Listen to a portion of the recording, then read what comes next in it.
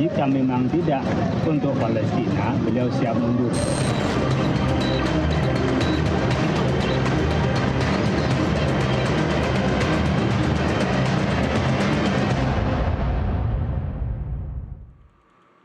Anda menyaksikan NTV Prime Dialog bersama saya Nasiti Lestari. Pemirsa, Timur Tengah terus memanas dengan serangan saling balas antara Amerika Serikat Israel melawan Iran. Publik dunia menyaksikan dan bertanya-tanya sejauh mana eskalasi ini akan terus meluas. Di tengah situasi yang genting ini, Presiden Prabowo Subianto mengumpulkan sejumlah tokoh nasional di istana. Mantan Menteri Luar Negeri, Ketua Umum Parpol hingga pengusaha. Pembahasannya tidak hanya soal ketahanan nasional, pemerintah juga tengah mengkaji ulang posisi Indonesia di Forum Board of Peace gagasan Presiden Amerika Serikat Donald Trump.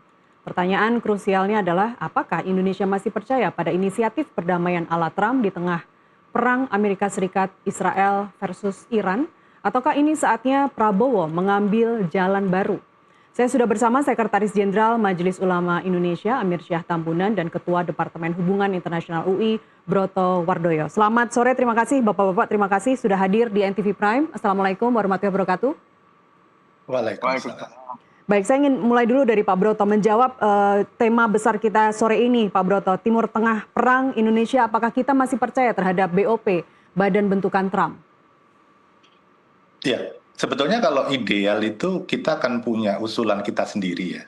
Jadi artinya kita punya proposal yang memang posisinya jelas. Kalau dalam konteks Indonesia kan kita pasti akan mendukung kemerdekaan Palestina. Ya. Dan dari situ kemudian kita punya operasionalisasi yang juga jelas untuk rekonstruksi di Gaza. Nah, kalau dalam konteks saat ini, nanti pertanyaannya sebetulnya adalah kalau kita katakanlah tidak lagi percaya dengan usulannya Trump, ada atau tidak solusi yang bisa ditawarkan. Beberapa solusi sebelum ini kan sebelum usulannya Trump sebetulnya ada, itu usulannya Liga Arab. Tapi memang usulan Liga Arab tersebut tidak diterima oleh Israel. Jadi yang perlu kita lakukan sebetulnya adalah mengembangkan usulan yang khas Indonesia, proposal yang dari kita yang tentu pasti akan sejalan dengan kemerdekaan Palestina. Apakah kita masih punya bargaining itu? Kita masih punya posisi itu, Pak Broto? Kalau secara diplomatik sebetulnya kan Indonesia itu bagian dari kelompok negara-negara yang semakin besar secara global yang mendukung Palestina. Jadi kita masih punya kekuatan moral yang cukup sebetulnya. Tapi kekuatan moral itu kan tidak selalu sejalan dengan realitas politik global. Ya. Jadi yang kemudian dibutuhkan kan sebetulnya model-model koalisi yang sebetulnya kalau nanti kita melihat ke sebelum usulannya Trump saja misalnya deklarasi New York. Itu kan juga hasil dari kolaborasi banyak pihak. Ada Arab Saudi, ada Prancis, dan Indonesia juga ada di dalamnya. Jadi memang kita harus menggunakan mekanisme yang kolektif, yang multilateral sebetulnya. Oke, baik. Saya bergeser ke Pak Amir Syah Tambunan. Pak Amir Syah, Anda ikut hadir di bukber bersama sekitar 170 ulama kemarin di Istana Negara? Ya, hadir. Dan sebenarnya lebih kepada monolog ya, bukan dialog. Sehingga kurang lebih 3 jam hampir ya, Presiden memberikan paparan yang luas tentang bagaimana kondisi Timur Tengah. Oke, Anda merasa menyayangkan kenapa tidak terjadi dialog dan justru hanya monolog saja berisi paparan-paparan dari Presiden?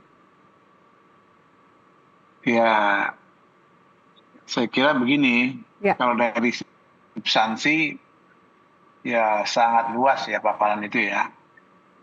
Karena mungkin beliau ini sukanya untuk menyampaikan, kalau saya bilang kayak kita terima kuliah 3 SKS lah gitu ya. 3 SKS dalam 3 jam. Masukan MUI sebenarnya apa, Pak Amir Syah? Ya, kita sudah memberikan pernyataan resmi sebelumnya.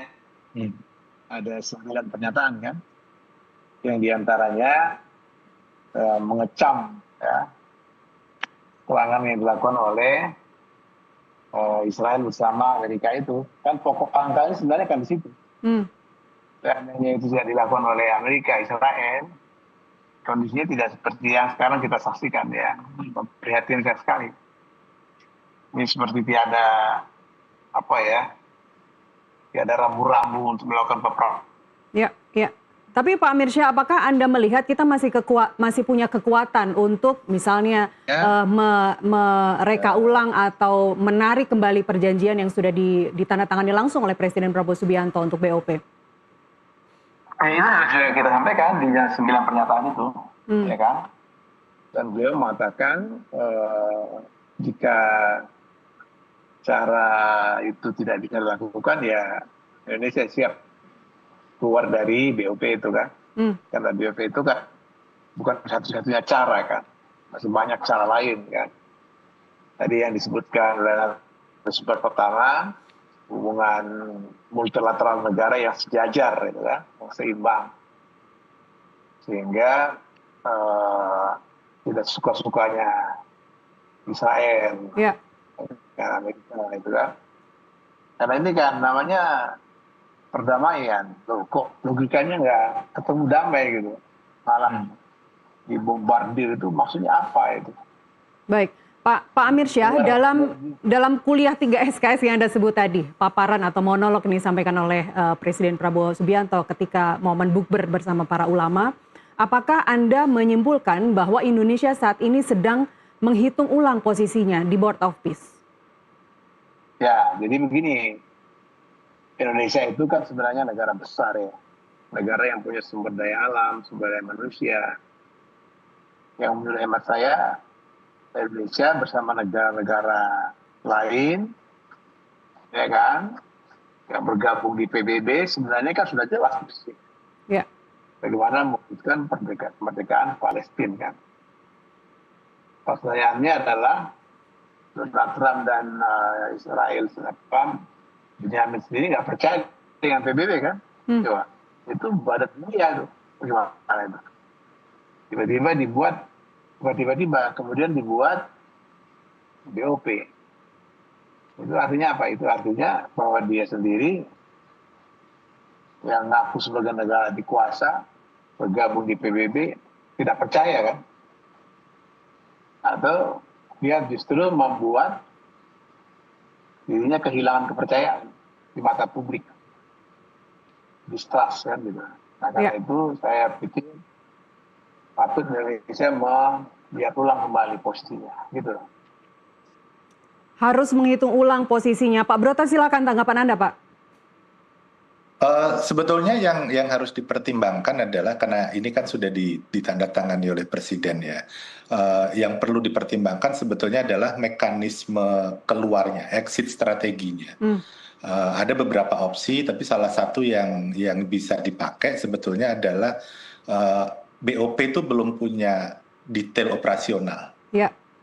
Indonesia sudah memberikan national caveats kan sebetulnya bahwa ada 4 prasyarat untuk Indonesia tetap bergabung di dalamnya. Nah yang sebetulnya bisa didorong adalah ketika Indonesia bisa memberikan teknis operasional dan kemudian memberikan prasyarat yang lebih tegas di situ. Prasyarat yang lebih tegas itu misalnya Indonesia hanya akan terlibat untuk operasi-operasi kemanusiaan. Ya, nah nanti tinggal didetailkan operasi kemanusiaan itu apa. Apakah Indonesia akan melakukan pembangunan rumah sakit di Gaza? Apakah Indonesia akan mengamankan pasokan medis yang akan didatangkan dari berbagai tempat dan seterusnya. Nah, tapi mekanisme-mekanisme semacam ini yang menurut saya bisa jadi exit strateginya. Jadi secara diplomatik itu kemudian manis ya, tidak terlalu mengganjal. Itu sebetulnya yang bisa dilakukan. Tapi Pak Broto, kalau misalnya nanti taruhannya sangat besar, tarif impor misalnya sampai 40%, apakah kita bisa mampu mengambil exit strategi yang elegan itu? Iya, kalau dalam kerangka berpikir saya tentu akan ada tekanan-tekanan tersebut. Tapi kan ada banyak yang sebetulnya bisa kita pertukarkan. Artinya gini, kalau kemudian kita ditekan soal tarif, tapi Amerika Serikat dan Israel itu tetap membutuhkan kehadiran pasukan internasional yang berasal dari negara Muslim. Karena ini yang kemudian akan menjadi semacam kunci kan yang akan didekati di sana itu kan kelompok yang oleh Amerika Serikat dan Israel didefinisikan sebagai kelompok garis keras. Ya, Indonesia itu kan punya kedekatan yang khusus dengan kelompok-kelompok tersebut. Ya, itu kan sebetulnya yang bisa kita jadikan sebagai tit for tat-nya. Ya, karena kalau tidak kan tekanan internasional juga akan sangat kuat. Jadi yang menurut saya belum dikapitalisasi itu adalah ada kebutuhan besar dari Amerika Serikat ataupun Israel agar Indonesia itu masuk di dalam mekanisme ini. Ya, artinya kalau kita mau mengorbankan sesuatu, ya kan kita juga harus mendapatkan sesuatu yang lebih besar. Jadi perimbangan itu yang saya belum melihat sebetulnya dari rencana pemerintah. Nah, di sisi lain, yang kita lihat kan sebetulnya ada kesan terburu-buru. Jadi kita belum tahu apa, tiba-tiba sudah ada keputusan dan seterusnya. Nah di titik itu juga saya melihat ini komunikasi yang disampaikan ke publik itu juga tidak terlalu kuat. Ya. Tadi seperti yang disampaikan oleh Pak Sekjen kan yang terjadi kan monolog, bukan dialog. Kemudian beberapa waktu yang lalu juga ada pertemuan antara Presiden dengan beberapa tokoh, baik itu ulama ataupun akademisi atau mantan-mantan Menlu ataupun Wamenlu, tapi kita tidak tahu komunikasi ke publiknya seperti apa. Nah ini sebetulnya yang juga jadi problem ya bagi kita untuk memahami pemerintah itu sebetulnya maunya apa dalam isu ini. Itu. Oke, pemerintah itu sebenarnya maunya apa? Saya ke Pak Sekjen, sebenarnya poin-poin yang disampaikan Presiden dalam monolog Bukber apa saja? Pak Sekjen, silahkan. Ya, maunya dunia itu damai kan itu. Kata kuncinya kan. Ya. Nah sekarang bagaimana mewujudkan dunia itu damai? Ya berhentilah saling menyerang gitu. Kan itu sebenarnya logikanya sederhana. Tapi untuk berhenti itu kan untuk komitmen. Komitmennya apa itu? Komitmen kemanusiaan. Komitmen kemanusiaan seperti apa? Kemanusiaan ya kalau dalam perspektif Pancasila kan sudah jelas. Ya kan kemanusiaan yang adil dan beradab. Ya kan? Nah sekarang pertanyaan besarnya adalah kenapa tiba-tiba Amerika Israel menyerang? Kan itu sebenarnya yang kop pangkalnya ya kan. Melihat sekarang betapa dunia kita ini dalam keadaan begini ya. Iya. Ya, Pak. Ya. Kita nggak jamin ke depan seperti apa ekonomi kita ini. Nah sekarang Presiden menawarkan untuk melakukan juru damai. Saya kira bukan hanya Presiden Indonesia ini. Dalam tausiah MUI itu sudah jelas juga bahwa semua negara harus berupaya untuk mengatakan damai. Tapi ya gampang menyebutkan, mewujudkan kan tidak mudah juga. Tergantung kepada bagaimana political will dari masing-masing negara itu. Ya kan? Supaya apa? Supaya beban negara-negara yang sudah sedemikian berat, ya kan, jangan lagi dibebani oleh perang yang seolah-olah tidak berkesudahan. Ya. Nah inilah yang kita kesalkan ya. Katanya kita cinta damai. Katanya kita kampionnya demokrasi. Segala macam. Apa kan seperti ini. Ya kan?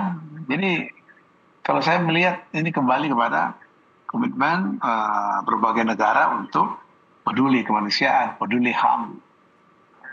Supaya apa? Supaya hidup kita ini ya aman dan damai. Kalau saya gitu. Baik. Perang sudah pecah, kita sudah melihat ini sebagai red flag, sebagai warning. Kira-kira variabel atau indikator apa yang bisa menjadi game changer bagi pemerintah untuk memutuskan untuk tetap berada di BOP atau memutuskan untuk exit secara elegan. Tapi jawabannya ditunda dulu. Nanti akan saya sampaikan ke Pak Sekjen dan Pak Broto, Ketua Departemen Hubungan Internasional UI. Usai jeda pariwara berikut, pemirsa tetaplah bersama kami.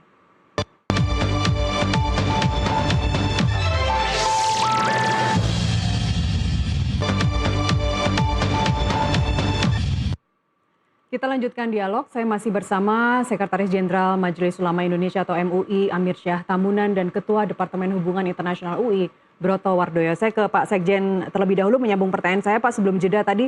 Apa indikator yang bisa menjadi game changer yang menentukan apakah Indonesia tetap bertahan di BOP atau hengkang dari kesepakatan? Ya, kata kuncinya kan tadi damai ya. Karena damai itu kan banyak logika-logika yang bisa kita bangun ya. Indonesia sendiri punya konstitusi, ikut serta mewujudkan perdamaian dunia kan gitu. Termasuk ketertiban dunia sendiri ya. Ya. Gitu kan. Dan BOP bukan satu-satunya cara, bukan satu-satunya jalan. Betul, banyak jalan menuju Roma kan gitu. Nah sekarang tinggal pertanyaannya, indikator-indikator itu ya saya kira pertama komitmen bersama ya, yaitu negara-negara yang terutama yang bertikai ini. Sekarang coba bayangkan itu, ya negara teluk yang nggak punya kesalahan ikut korban kan. Nah itu tadi, karena kalau sudah namanya perang itu ya satu jadi abu, satu jadi arang kan gitu. Jadi nanti jadi repot. Jadi kemana-mana implikasinya. Kalau saya nggak ada cara lain kecuali berdamai. Nah, kalau saling merasa ego sendiri ya memang tidak mudah untuk mewujudkan perdamaian itu. Baik. Karena kita disulut oleh satu sikap yang arogan tadi itu kan. Tiba-tiba diserang gitu. Nah itu kan kemudian akhirnya balas dendam. Nah itu kan. Nah kalau balas dendam bagaimana? Ya. Nah ini masalahnya di sini. Ya gitu. Saya ke Pak Broto, satu jadi abu, satu jadi arang. Tapi kalau kita melihat indikator atau variabel apa yang menentukan akhirnya Indonesia harus tetap berada di BOP. Seperti tadi disampaikan Pak Sekjen, banyak cara lain, banyak cara menuju Roma. BOP tidak satu-satunya jalan menuju perdamaian dunia. Tapi apakah kita harus melihat eskalasi perang Iran ini yang semakin meluas sehingga Indonesia harus membuat keputusan nanti di tengah jalan? Sebetulnya karena BOP itu dibangun untuk Gaza, sebetulnya pada awalnya tidak ada korelasi langsungnya dengan apa yang terjadi di Iran. Tapi tadi yang disinggung juga oleh Pak Sekjen, perilaku Amerika Serikat dan juga Israel di Iran yang melakukan serangan itu juga bisa dijadikan sebagai indikasi. Indikasinya itu dalam konteks sebetulnya seberapa besar komitmen kedua negara ini untuk betul-betul menciptakan stabilitas. Ya, karena itu kan juga akan berdampak pada bagaimana kita bisa melakukan pembangunan yang lebih baik di Palestina, terutama di Gaza. Kan yang harus dipahami serangan Amerika Serikat dan Israel ke Iran itu kan juga didorong salah satunya oleh dukungan Iran pada kelompok-kelompok anti-Israel. Yang kalau di Gaza itu dukungan terhadap Hamas, tapi kan ada juga nanti dukungan terhadap Hizbullah dan juga Houthi. Nah dari situ sebetulnya tadi kalau indikasinya apa yang paling pertama, yang paling mula-mula ya kita lihat apakah mereka dua negara ini memang masih punya komitmen. Ya, punya komitmen untuk betul-betul menghindari penggunaan kekerasan dan seterusnya. Tapi nanti di dalam negeri juga harus ada komitmen juga dari pemerintah Indonesia untuk membuat ini sebagai bagian dari diskusi publik. Jadi artinya ya keterlibatan kelompok-kelompok domestik itu juga harus dipertimbangkan. Ya, jangan hanya menjadi penerima saja, tapi harus dua arah sebetulnya. Jadi ya kritik, penolakan itu harus dibaca sebagai ya, itu bentuk kasih sayang publik sebetulnya terhadap pemerintah dan juga terhadap Indonesia. Oke. Pak Broto, saya ingin bergeser ke situasi dalam negeri akibat kondisi geopolitik saat ini. Menteri Bahlil mengatakan bahwa harga minyak dan rantai pasokan masih aman hingga 21 hari ke depan. Tidak lama lagi, ini sudah memasuki pertengahan Ramadan, tidak lama lagi kita akan melihat begitu panjang arus mudik dan arus balik Lebaran yang terjadi begitu. Apakah dari statement tersebut apa yang Anda tangkap, apa yang Anda simpulkan? Yang pertama sebetulnya yang harus ditanyakan adalah mekanisme atau langkah mitigasinya apa. Karena kalau 20 hari kita punya pasokannya, nanti pertanyaannya konflik yang terjadi saat ini di Teluk itu akan berlangsung berapa lama. Yang pasti kan sekarang ketika Israel dan Amerika Serikat menyerang Iran, Iran kemudian melakukan retaliasi, kalau dalam bahasanya Pak Sekjen tadi kan balas dendam, bukan hanya ke Israel, tapi juga ke beberapa negara tetangganya. Kan ini sebetulnya mekanisme pertahanan diri untuk memperluas konflik. Nah kalau konfliknya menjadi semakin luas artinya kan dia tidak akan selesai dalam waktu dekat. Nah kalau dia tidak selesai dalam waktu dekat sebetulnya perkiraan kita itu berapa lama. Kalau beberapa akademisi yang sudah mulai mengembangkan modelingnya, mereka melihatnya ketika ini nanti akan bergerak menjadi konflik regional, ya kita akan melihat konflik ini berlangsung lebih lama, tidak hanya dalam hitungan minggu, tapi juga dalam hitungan bulan. Nah itu yang nanti jadi pertanyaan. Tapi apakah kemudian nanti tadi pendekatan-pendekatan kita terutama terhadap Iran itu akan membuat mereka bersedia misalnya untuk membuka saluran di Selat Hormuz. Jadi ini yang sebetulnya menurut saya agak miss di kita ya, agak miss di Indonesia tentang mitigasi dari resikonya. Seakan-akan konflik ini tidak terlalu membawa dampak, padahal luar biasa. Itu belum kalau nanti kita berhitung tentang rantai perdagangan global. Karena kita baru fokus di Selat Hormuz. Yang harus diingat, salah satu kelompok yang dekat dengan Iran, Houthi, itu sudah terbukti pernah beraksi atau melakukan pemblokiran di Bab el Mandeb. Nah itu kan salah satu choke point juga untuk perdagangan global karena kapal-kapal dari terusan Suez kan kemudian akan terganggu. Nah dari situ kan sebenarnya ini ada dua titik, ada dua impact yang harus diantisipasi. Ya, jadi itu sih sebetulnya yang kita ingin dengar dari pemerintah kan rencana itu. Perdana Menteri Singapura misalnya menyampaikan bahwa perang ini akan berlangsung panjang, eksesnya akan berlangsung panjang, tidak hanya 1 bulan 2 bulan meskipun 4 pekan diprediksi akan selesai. Eksesnya yang panjang dan itu mengingatkan dunia kembali pada COVID-19 di mana sebagian negara mereka memprediksi bahwa COVID akan berlangsung hanya sementara, tapi ternyata berjalan sampai 2 tahun. Sebenarnya apa yang harus diwaspadai, yang paling diwaspadai dalam hal ini, Pak Broto? Yang pertama pasti pasokan minyak. Ya, pasokan minyak itu harus dipertimbangkan. Artinya kalau memang tidak ada pasokan minyak dari Teluk, maka opsinya dari mana? Kalau opsinya datang dari Amerika Serikat atau opsinya datang dari wilayah Eropa Utara, Skandinavia, atau Afrika Barat, itu juga harus dipertimbangkan apakah biayanya akan sama. Pasti kan tidak, karena secara geografis lebih jauh. Nah itu simulasi-simulasi itu yang sebetulnya hilang, yang belum pernah kita dengar secara detail ya dari pemerintah disampaikan ke publik. Karena kalau tidak kan kita nggak akan bersiap nih. Nah kekhawatirannya sebetulnya adalah di tengah ketidakpastian informasi dan mitigasi tadi, kemudian nanti publik akan bereaksi dengan langkah-langkah yang ekstrim. Ya. Salah satu langkah ekstrimnya misalnya kemudian kalau terjadi penimbunan misalnya, karena ada kekhawatiran atau nanti merasa bahwa harga minyak akan terus naik sehingga ada spekulan-spekulan. Nah itu yang sebetulnya harusnya kita sudah siap ya. Beberapa negara seperti Singapura kan sudah siap dengan hal itu. Kita nggak bisa membangun pasokan dalam waktu dekat pada saat ini karena itu butuh waktu. Tapi setidaknya publik paham bahwa kalau ini terjadi pemerintah akan melakukan apa dan seterusnya. Ya. Nah, begitu sih kalau menurut saya itu. Ya, panic buying sebenarnya sudah terjadi di beberapa tempat, Pak Broto. Sudah ada yang rela mengantri panjang untuk mendapatkan BBM. Itu yang kita sayangkan, mitigasi belum ada sampai detik ini. Pak Sekjen, Pak Amir Syah, apakah mungkinkah ada himbauan untuk umat Muslim untuk tidak berlebaran dahulu ke kampung halaman misalnya untuk menghindari panic buying, untuk menghindari kondisi yang serba tidak menentu saat ini? Silakan Pak Sekjen. Saya kira sebelum ke situ ya, saya baru saja mengeluarkan himbauan ada 6 poin ya.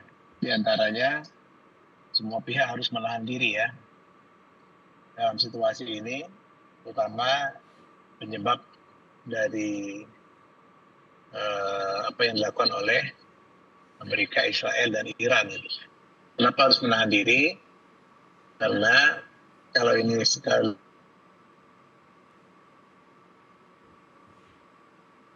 Pak Sekjen.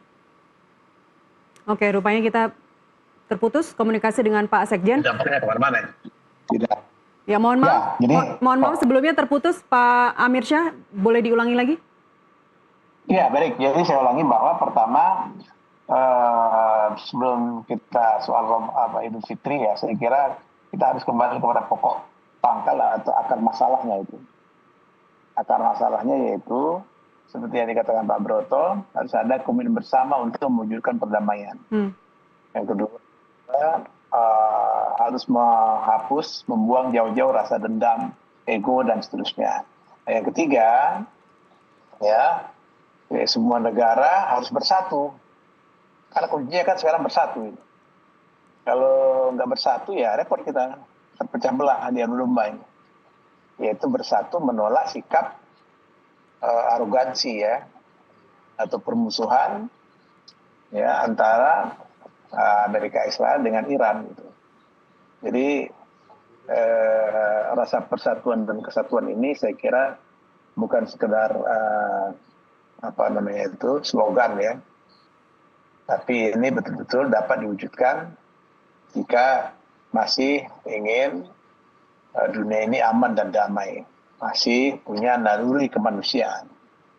Karena bagi saya naluri kemanusiaan itu penting ya. Untuk apa? Untuk kita melihat kembali COVID yang begitu saja, ya luar biasa, kita pura-pura tidak dibuat kan. Ya.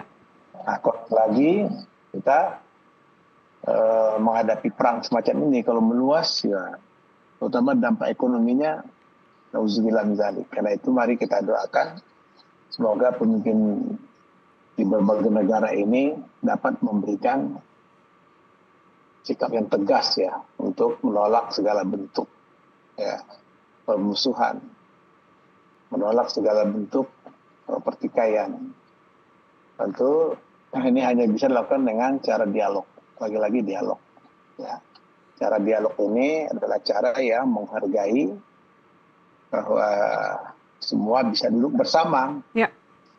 Jadi tawaran presiden yang mau ke Teheran itu saya kira satu sisi perlu diapresiasi ya.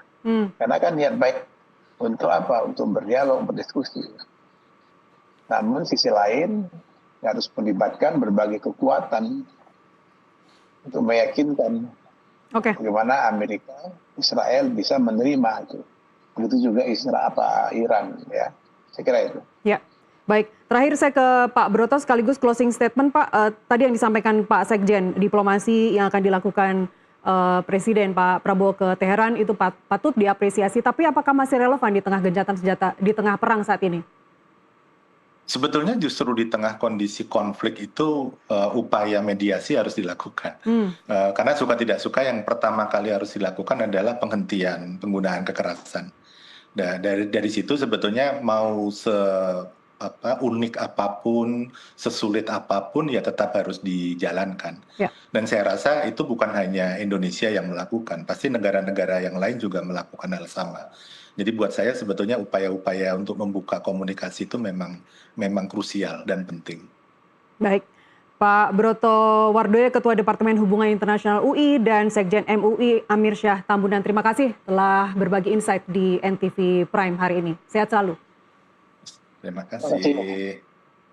Burung terbang di langit senja, hinggap sejenak di atas awan. Informasi telah kami sajikan, semoga bermanfaat dan menambah wawasan. Atas nama seluruh kerabat kerja yang bertugas dan sekaligus mewakili rekan Naila Husna, saya Nasiti Lestari pamit undur diri. Terima kasih, sampai jumpa.